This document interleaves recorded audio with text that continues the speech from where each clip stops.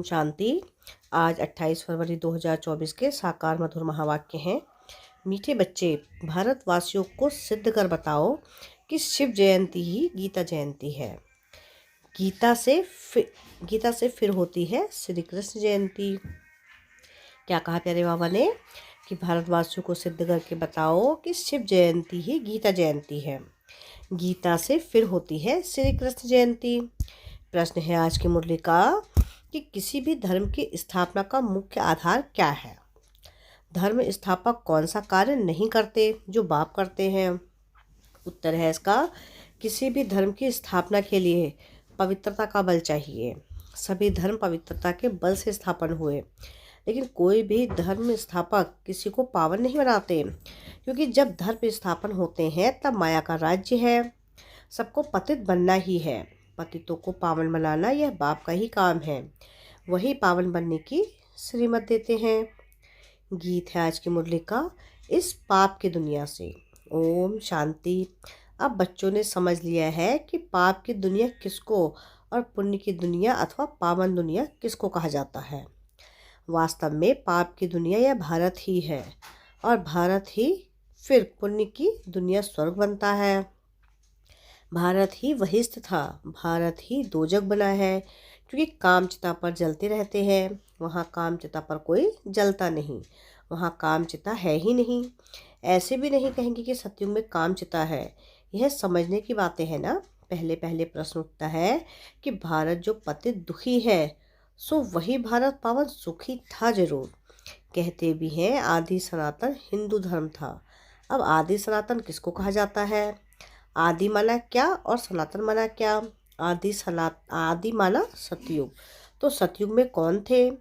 यह तो सबको मालूम है कि लक्ष्मी नारायण थे। जरूर वे भी किसके संतान होंगे जो फिर सतयुग के मालिक बने। सतयुग स्थापन करने वाला था, परमपिता परमात्मा उनकी संतान थे, परंतु इस समय अपने को उनकी संतान नहीं समझते। अगर संतान समझते तो बाप को जानते, बाप को तो जानते ही नहीं। अब हिंदू धर्म तो गीता में है नहीं। गीता में तो भारत नाम पड़ा है, वह कहलाते हैं हिंदू महासभा। अब श्रीमद् भगवद गीता है सर्वशास्त्रमयी शिरोमणि।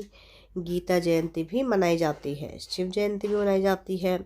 अब शिव जयंती कब हुई यह भी मालूम होना चाहिए। फिर है श्री कृष्ण जयंती। अभी तुम बच्चे जान चुके हो कि शिव जयंती के बाद है गीता जयंती, गीता जयंती के बाद है श्री कृष्ण जयंती। गीता जयंती से ही देवी देवता धर्म की स्थापना होती है। फिर गीता जयंती के साथ महाभारत का भी कनेक्शन है। उसमें फिर आती है युद्ध की बात। दिखाते हैं युद्ध के मैदान में 3 सेनाएं थीं, यादव, कौरव और पांडव दिखाते हैं। यादव मूसल निकालते हैं, वहाँ शराब पिया और मूसल निकाले। तुम जानते हो अभी बरोबर मूसल भी निकल रहे हैं, वह भी अपने कुल का विनाश करने एक दूसरे को धमकी दे रहे हैं। सब क्रिश्चियन लोग हैं, वहीं यूरोपवासी यादव ठहरे। तो एक है उन्हों की सभा, उनका विनाश हुआ, आपस में लड़ मरे।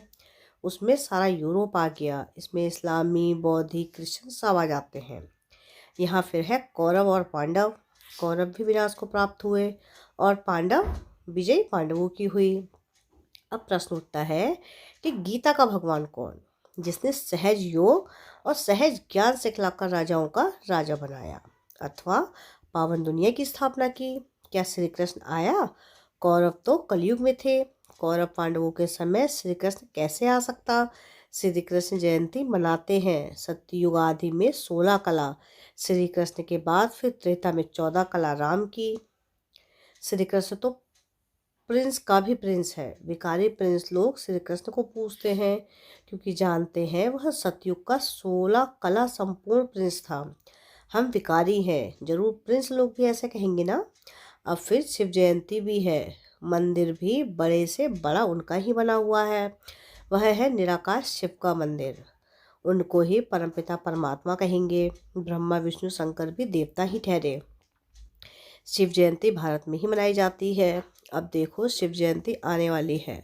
सिद्ध कर समझाना है। शिव को ही कहा जाता है ज्ञान का सागर, अर्थात सृष्टि का पावन करने वाला परमपिता परमात्मा। गांधी भी गाते थे कि श्री कृष्ण का नाम नहीं लेते थे। अब प्रश्न उठता है कि शिव जयंती सो गीता जयंती या श्री कृष्ण जयंती सो गीता जयंती। अब श्री कृष्ण जयंती तो सतयुग में कहेंगे। शिव की जयंती कब हुई थी किसको पता नहीं। शिव तो है निराकार परमपिता परमात्मा, उसने सृष्टि रची संगम पर। सतयुग में था श्री कृष्ण का राज्य, तो जरूर पहले शिव जयंती होगी। बच्चे तो ब्राह्मण कुलभूषण सर्विस में तत्पर रहते हैं, उनको यह बातें बुद्धि में लानी है कि भारतवासियों को कैसे सिद्ध कर बताएं कि शिव जयंती सो गीता जयंती, फिर गीता से होती है श्री कृष्ण जयंती अथवा राजाओं के राजा की जयंती। श्री कृष्ण है पावन दुनिया का राजा, वहाँ तो है राजाई। वहाँ श्री कृष्ण ने से जन्म लेकर गीता तो गाई नहीं, और सतयुग में महाभारत लड़ाई आदि तो हो नहीं सकती। वह जरूर संगम पर हुई होगी। तुम बच्चों को अच्छी तरह इन बातों को समझना है। पांडव और कौरव सभा मशहूर है। पांडव पति दिखलाते हैं श्री कृष्ण को, समझते हैं उसने सहज का ज्ञान और सहज राजयोग सिखलाया। अब वास्तव में लड़ाई की तो कोई बात ही नहीं, विजय पांडवों की हुई है, जिन्हों को परमपिता परमात्मा ने सहज राजयोग सिखलाया। वही 21 जन्म सूर्यवंशी चंद्रवंशी बन गए।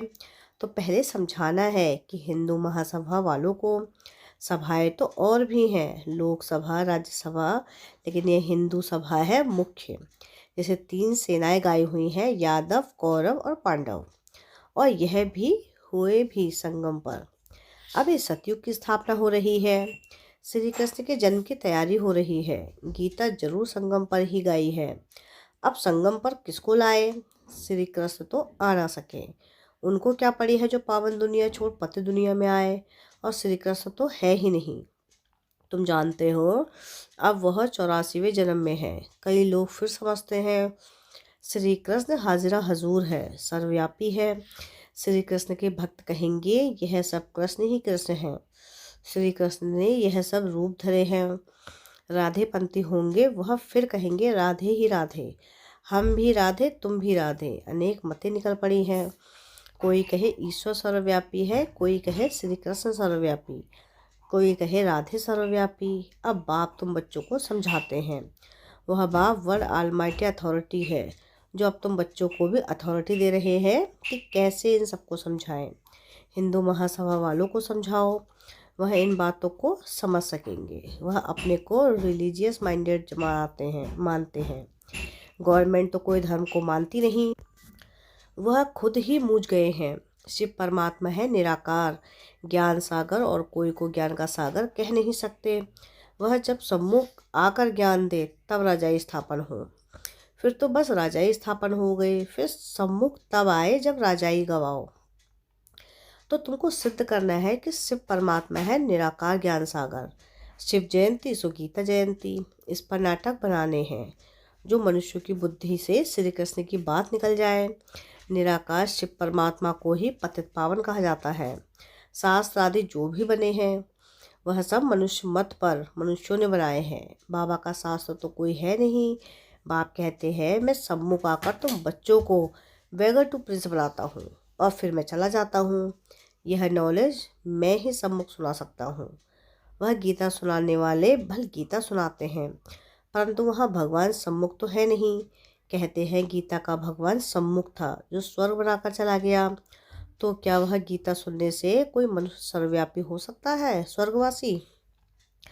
मरने समय भी मनुष्य को गीता सुनाते हैं और कोई शास्त्र नहीं सुनाते हैं।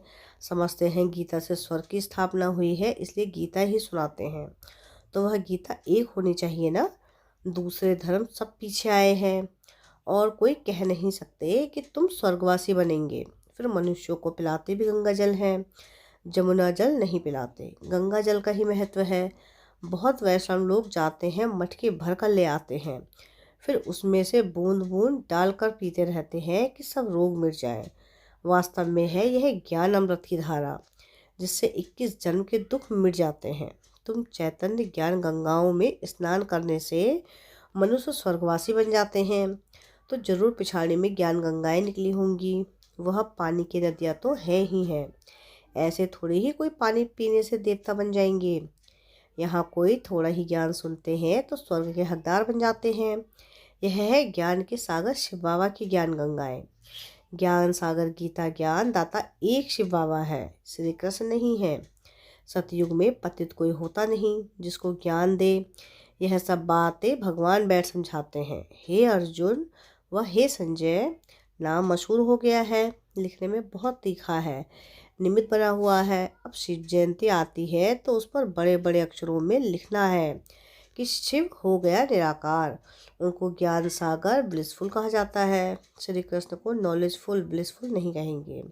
शिव परमात्मा ही नॉलेज देते हैं, रहम करते हैं।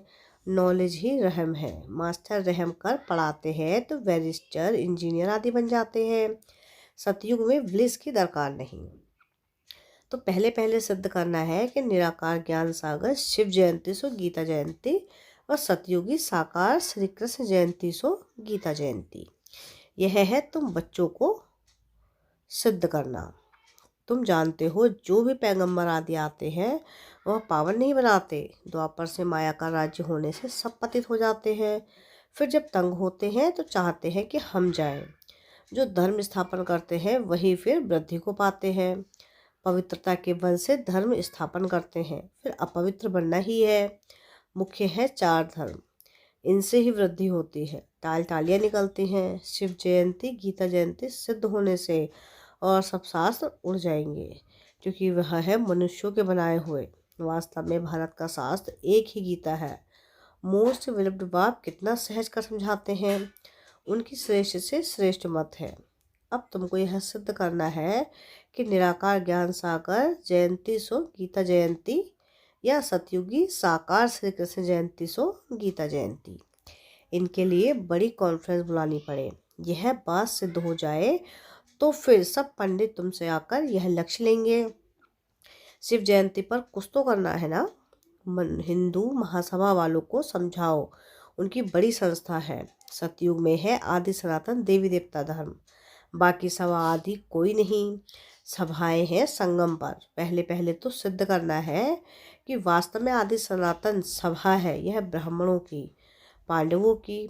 पांडवों ने ही विजय पाई जो फिर स्वर्गवासी हुए। अब तो कोई आदि सनातन देवी देवता की सभा कह ना सके। देवताओं की सभा नहीं कहेंगे, वह है सावरंटी। कल्प के संगम पर यह सभाएं थीं। उनमें एक थी पांडव सभा, जिसको आदि सनातन ब्राह्मणों की सभा कहेंगे। यह कोई नहीं जानते। श्री कृष्ण के नाम से ब्राह्मण है नहीं। ब्राह्मणों की चोटी ब्रह्मा के नाम से है। ब्रह्मा के नाम से तुम ब्राह्मण सभा कहेंगे। यह बातें समझाने वाला भी बुद्धिमान चाहिए। इसमें ज्ञान की पराकाष्ठा चाहिए। निराकार शिव ही गीता दाता, गीता ज्ञान दाता, दिव्य चक्षु विधाता है। यह सब धारण कर फिर कॉन्फ्रेंस बुलाते हैं। जो समझते हैं हम सिद्ध कर बता सकेंगे उनको आपस में मिलना चाहिए। लड़ाई के मैदान में मेजर्स कमांडर्स आदि की सभा होती है। यहाँ कमांडर महारथी को कहा जाता है। बाबा क्रिएटर डायरेक्टर है, स्वर की रचना करते हैं, फिर डायरेक्शन देते हैं। महासभा बनाओ, फिर इस बात को उठाओ कि गीता का भगवान सिद्ध होने से फिर सब समझेंगे कि उनसे योग लगाना चाहिए। बाबा कहते हैं मैं गाइड बनकर आया हूँ, तुम उड़ने लायक तो बनो। माया ने पंख तोड़ डाले हैं। योग लगाने से तुम्हारी आत्मा पवित्र हो जाएगी और उड़ेंगे। अच्छा, मीठे मीठे से खिलते बच्चों प्रति माता पिता बाप दादा का याद प्यार और गुड मॉर्निंग। रूहानी बाप की रूहानी बच्चों को नमस्ते। हम रूहानी बच्चों की रूहानी बाप दादा को याद प्यार गुड मॉर्निंग और नमस्ते। शुक्रिया प्यारे बाबा, शुक्रिया।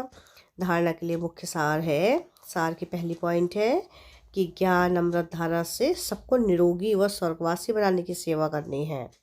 मनुष्यों को देवता बनाना है। बाप समान मास्टर रहम दिल बनना है। सेकंड पॉइंट है कि ज्ञान की पराकाष्ठा से बुद्धिमान बन शिव जयंती पर सिद्ध करना है कि शिव जयंती ही गीता जयंती है। गीता ज्ञान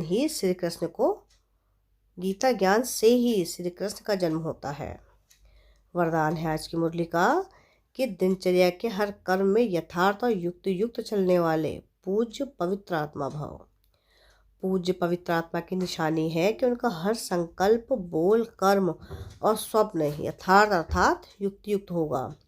हर संकल्प में अर्थ होगा। ऐसे नहीं कि ऐसे ही बोल दिया, निकल गया, कर लिया, हो गया। आत्मा पवित्र आत्मा सदा दिनचर्या के हर कर्म में सदा दिनचर्या के हर कर्म में यथार्थ युक्त रहती है, इसलिए पूजा भी अनेक उनके हर कर्म की होती है, अर्थात पूरे दिनचर्या की होती है। उठने से लेकर सोने तक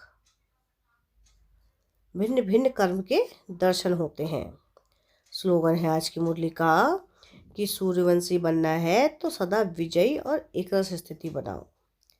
क्या स्लोगन है आज का कि सूर्यवंशी बनना है तो सदा विजयी और एक रस स्थिति बनाओ। अच्छा, ओम शांति।